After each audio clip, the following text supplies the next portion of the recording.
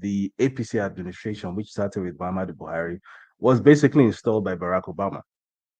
To all intents and purposes, it was a US regime change operation in Nigeria, a so-called color revolution, without being recognized as a color revolution. But that's pretty much what it was that took place in 2015. So, it, you know, I guess the genius of it all is that not everybody who is involved in a regime change operation, a foreign directed regime change operation, understands that what they're taking part in is a foreign directed regime change operation. Many people who did what they did in 2015 were under the impression that they were doing so. It's a political revolution. They're kicking out a corrupt incumbent, and if this new one messes up, we vote him out too. And obviously, that's not what was happening at all.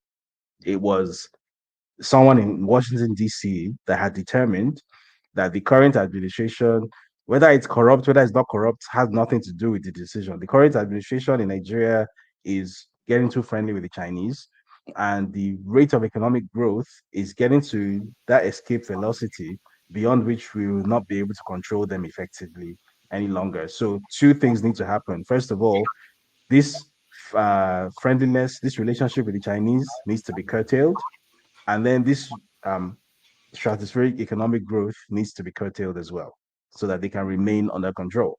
And those were the two things that happened after 2015 because Buhari came in. And as soon as he came in, the most important economic decision in a generation that Nigeria was due to make in 2015, which most people have forgotten, which was the Naira-Yuan swap deal, it's just immediately vanished off the table. Until today, we've not heard anything about it. For those who don't understand what the Naira-Yuan swap deal would have done for the Nigerian economy, basically, the major problem why the naira keeps depreciating and why consumer inflation keeps being such a problem in Nigeria is that most of Nigeria's imports are dollar denominated. So for you to actually import stuff into Nigeria, you have to pay US dollars for them.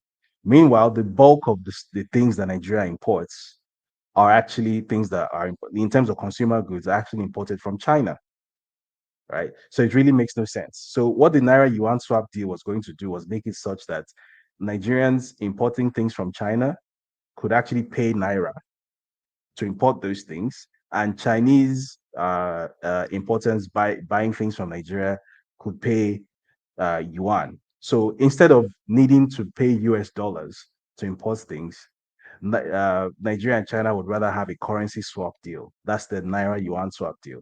And what that would have done was that it would have significantly removed, first of all, it would have reduced Nigeria's import bill in terms of US dollars, and then it would have reduced Nigeria's dependence on the US dollar. And that would have eased a lot of the pressure on the Naira, which, on its own is responsible for so much of the economic devastation we've seen since 2015. That deal suddenly vanished off the table.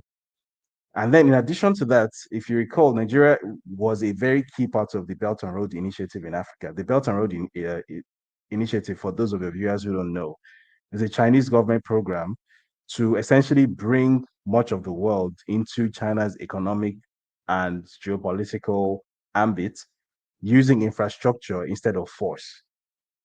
So instead of pointing a gun at you and saying, come and do business with us, or come to our side, in our fight against the US or whoever, they would rather come to your country and build infrastructure.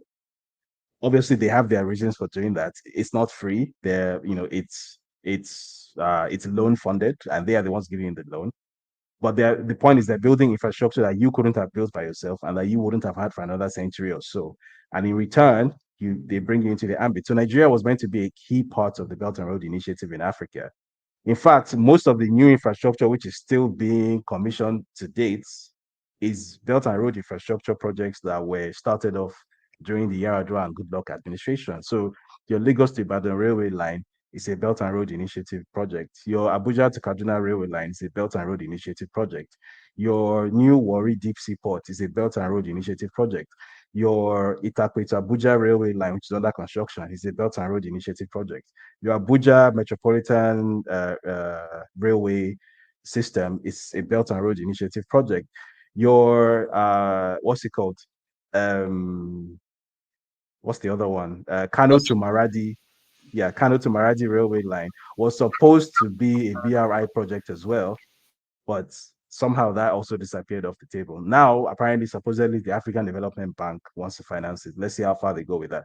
The point is, Nigeria was meant, based on the trajectory that was built under the Goodluck Jonathan administration, Nigeria was meant to become geopolitically paired with China, which the US government did not like. Because if Nigeria does that, the rest of Africa will follow, and the US effectively loses Africa, which it sees as its resource base. The US sees Africa as the source for cheap industrial inputs, the source for cheap raw materials and natural resources to feed the global economy. So if that place that is the source for cheap raw materials becomes twinned with China and then starts building up an industrial economy of its own, then it's no longer going to supply cheap resources. It's going to use those resources for itself, or those resources are going to become a lot more expensive, which will upend the entire global economic system as we know it, which currently has the US on the top. That was the